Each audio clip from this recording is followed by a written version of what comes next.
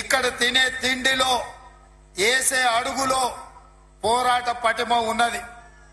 ఈ గడ్డ మీద మీ బిడ్డ కొమరం భీం జల్ జంగల్ జమీన్ అని చెప్పి ఆనాడు రాజ్యాలకు వ్యతిరేకంగా, అదే విధంగా రామ్జీ గోండు ఈ ప్రాంత గోండు బిడ్డ బ్రిటిషర్స్ కు వ్యతిరేకంగా, రజాకర్లకు వ్యతిరేకంగా కొమరం భీం ఆనాడు పౌరుషంతో పోరాడిను.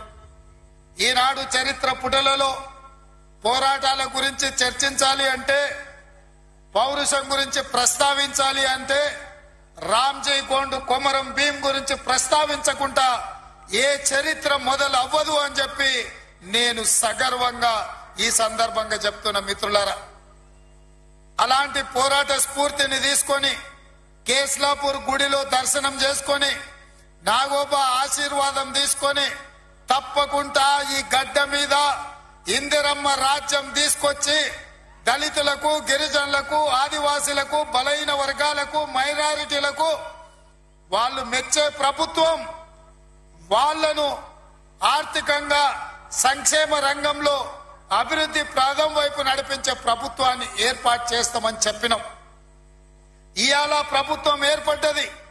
ఆ ప్రభుత్వం ఏర్పడ్డది కాబట్టే మా ప్రభుత్వం మొట్టమొదటి అభివృద్ధి కార్యక్రమం ఆనాడు మాట ఇచ్చినాం. ఇదే ఇంద్రవెల్లి అమరవీరుల స్తూపం సాక్షిగా అభివృద్ధి కార్యక్రమాలను తీసుకొని ముందుకు వెళ్తాం. ఆదిలాబాదును దత్తత తీసుకుంటాం. తప్పకుండా ఈ ప్రాంతాన్ని, తప్పకుండా ఆదిలాబాదు ప్రాంతాన్ని, ఈ అడవ బిడ్డల ప్రాంతాన్ని, ఈ అమాయకుల ప్రాంతాన్ని, ఈ ఆదివాసీల ప్రాంతాన్ని అభివృద్ధి పదం వైపు నడిపించే బాధ్యత ఇందిరమ్మ రాజ్యం తీసుకుంటదని ఆనాడు ప్రతిజ్ఞ చేసినాం. ఈనాడు అభివృద్ధి కార్యక్రమాలలో భాగంగా గూడాలకు రోడ్లు, గూడాలకు తాగడానికి నీళ్లు, నాగోబా గుడి అభివృద్ధి కోసం, అదే విధంగా ట్రైకార్ నేతృత్వంలో ఈ విద్యార్థుల చదువుల కోసం ఈ ప్రాంతంలో మనము అభివృద్ధి కార్యక్రమాలను ప్రారంభించినాం.